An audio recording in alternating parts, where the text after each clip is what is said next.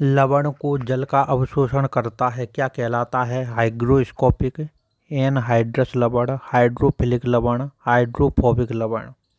तो लवण को जल का अवशोषण करता है तो उसे हम लोग क्या कहते हैं? हाइग्रोस्कोपिक लवण कहते हैं। इस चीज़ को रखें ध्यान, अति महत्वपूर्ण क्वेश्चन है। अब देख लो अगला क्वेश्चन, पारिस्थितिक एवं प्राकृतिक अंधविश्वासों का संरक्षण तथा उनके प्राकृतिक वातावरण में प्रजातियों का जीवनक्षम जनसंख्या का रखरखाव एवं प्राप्त के लिए प्रयुक्त पद कौन सा है? क्रोड संरक्षण है, स्वस्थानीय संरक्षण है, अपस्थानीय संरक्षण है, परिधीय संरक्षण है। तो आप लोग बताएं इसका सही विकल्प कौन सा है? तो स्वस्थानीय संरक्षण है। अब चलें अगले क्वेश्चन पे।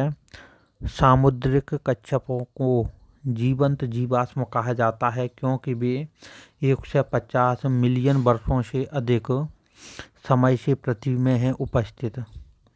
और भारतीय उपमहाद्वीप को जल भागों में पाए जाने वाले 5 प्रजातियों के समुद्री कच्छप में सबसे अधिक जनसंख्या है किसकी? तो कैनैप्से रिडले, लागरहेड, ऑलिव रिडले, फ्लैटबैक। तो इसका सही विकल्प कौन सा है? तो ऑलिव रिडले है। कौन सा है? Olive Ridley. विश्व ऊष्मायान के लिए निम्न में से कौन एक कारक है? तो वाहनों से निकली गैसें, पेड़ पौधों से निकली गैसें, भट्टियों से निकली गर्म हवा, रसोई गैस। तो वाहनों से निकली गैसें हैं। विश्व ऊष्मायन के लिए निम्न में से कौन सा एक कारक है? तो वाहनों से निकली हुई गैस है कारक। धातुमय प्रस्तर किसे कहा जाता है? बिटुमन, बॉक्साइड, मेटालाइट और अयस्क। तो धातुमय प्रस्तर किसे कहा जाता है? अयस्क को कहा जाता है। किसको कहा जाता है? अयस्क को।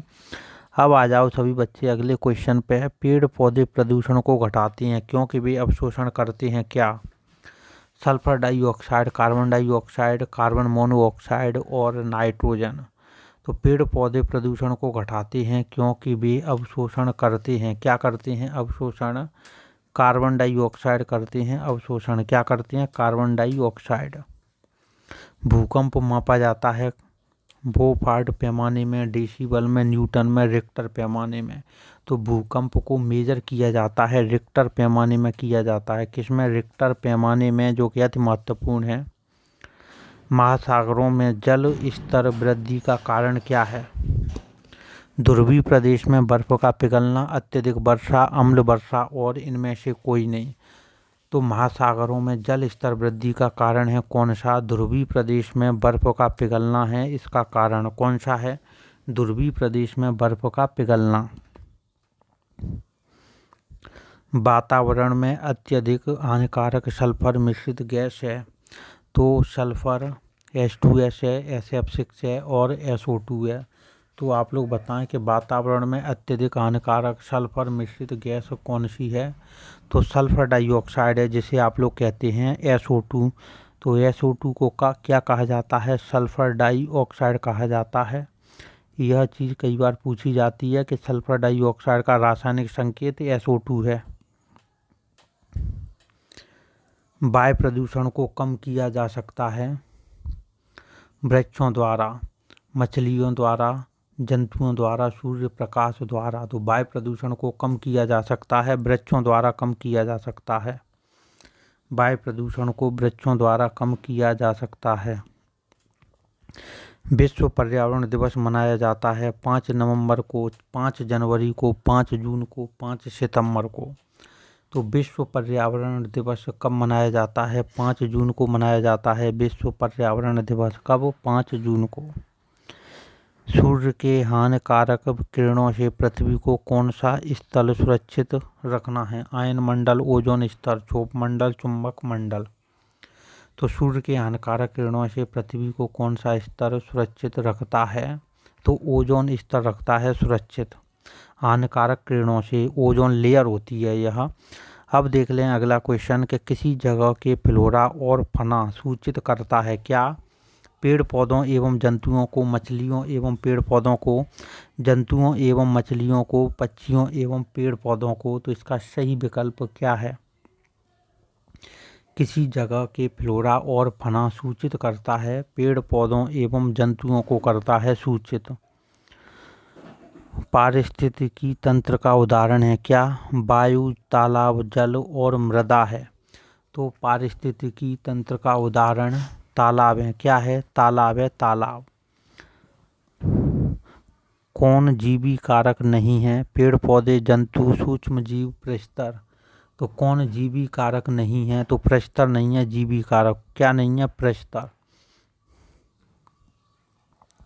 अधिकतर पेड़ पौधे पाए जाते हैं स्थल मंडल में, जल मंडल में, वायुमंडल में, प्रकाश मंडल में।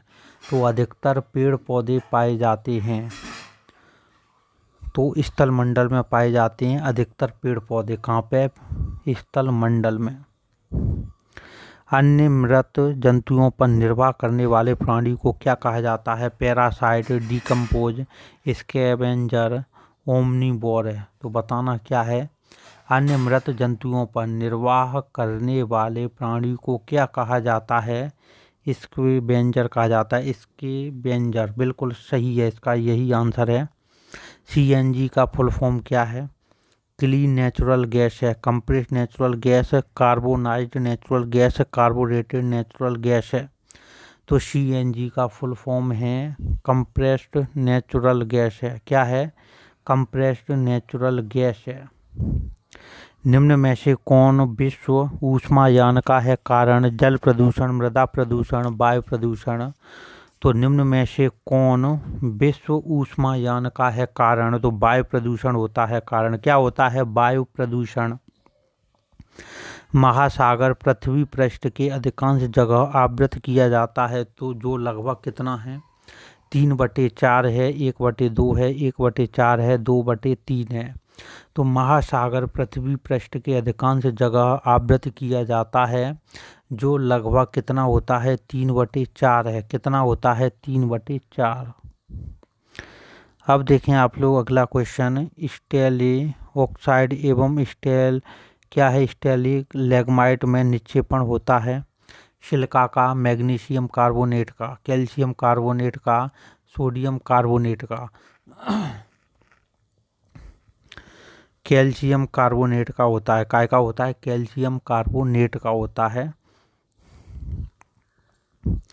निम्न में से कौन वायु प्रदूषण का एक उदाहरण है? धुआं और कुहासा, वाहनों से निकलने वाली गैस, जलती हुई लकड़ी या चारकोल से निकली गैस और उपरोक्त सभी। तो उपरोक्त सभी है। क्या है? उपरोक्त सभी। तो निम्न में से कौन वायु प्रदूषण का एक उदाहरण है? उपरोक्त सभी है। क्या है इसका सही विकल्प? उपरोक्त सभी। भारत तथा दूसरे देशों में प्रदूषण को रोकने के लिए बनाए गए नियम का प्रयोग रोकता है कागज के थैले, प्लास्टिक के थैले, नायलॉन के थैले, चमड़े के थैले। तो प्लास्टिक के थैले है। इसका आंसर क्या है बच्चों? प्लास्टिक के थैले। भारत तथा दूसरे देशों में प्रदूषण को रोकने के लिए बनाए गए नियम प्लास्टिक के थैले का प्रयोग को रोक सकता है। काय का? प्लास्टिक के थैले के प्रयोग को रोक सकता है। हवा में उपस्थित ऑक्सीजन का प्रतिशत लगभग 44%, 23%, 40%, 21%।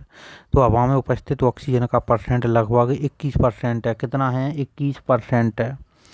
परम तापमान पैमाना कौन सा है? सेल्सियस है, फ़ारेनहाइट है, केल्विन है और उपरोक्त सभी है। परम तापमान पैमाना कौन सा है? तो केल्विन है स्टूडेंट। कौन सा है? केल्विन है। देखो परम ताप T बराबर होता है 273 डिग्री सेल्सियस प्लस के T डिग्री सेल्सियस। ठीक है बच्चों। अब आए अगले क्वेश्चन पे। प्रकाश संश्लेषण संपादित होता है सभी पौधों द्वारा, सभी जंतुओं एवं पौधों द्वारा, सभी हरे पौधों द्वारा, वायरसों द्वारा। प्रकाश संश्लेषण संपादित होता है कौन सा? सभी हरे पौधे द्वारा। बिल्कुल सही है, सभी हरे पौधों द्वारा होता है। क्या? सभी हरे पौधों द्वारा। सभी हरे पौधों द्वारा होता है प्रकाश संश्लेषण संपादित होता है। ध्वनि या ध्वनि प्रदूषण मापा जाता है फान में, डेसी में, डेसीबल में, डेसीमल में। बताएं। तो ध्वनि या ध्वनि प्रदूषण डेसीबल में मापा जाता है, ना कि मल। यह गलत है। डेसीबल में ध्वनि या ध्वनि प्रदूषण को मेजर किया जाता है। निम्न में से कौन सी अंतर्राष्ट्रीय संस्था पूरे विश्व में पर्यावरण सुरक्षा की देखभाल करती है? तो कौन सी संस्था है? WWF, WHO, पीटा और UN है। तो UN है, बिल्कुल UN अंतर्राष्ट्रीय संस्था पूरे विश्व में पर्यावरण सुरक्षा की करती है देखभाल। अब देखें आप लोग अगला क्वेश्चन, कीटनाशकों के अत्यधिक इस्तेमाल से होगा वायु प्रदूषण, ध्वनि प्रदूषण, जल प्रदूषण और उपरोक्त सभी। तो कीटनाशकों के अत्यधिक इस्तेमाल से क्या होगा? जल प्रदूषण होगा, बिल्कुल सही है। क्या होगा? जल प्रदूषण होगा। निम्न में से कौन पर्यावरण के लिए हानिकारक है? कागज है, कपड़ा है, धातु है, प्लास्टिक है। तो निम्न में से कौन पर्यावरण के लिए हानिकारक है? तो वह है प्लास्टिक है। क्या है? प्लास्टिक है, बिल्कुल। कौन पर्यावरण के लिए हानिकारक है? तो प्लास्टिक है पर्यावरण के लिए अति हानिकारक। सभी स्टूडेंट इस क्लास को लाइक करें और सभी स्टूडेंट इसको करें शेयर। अब हम आप लोगों से मिलेंगे अगली क्लास में। जय हिंद, जय भारत, जय महाकाल।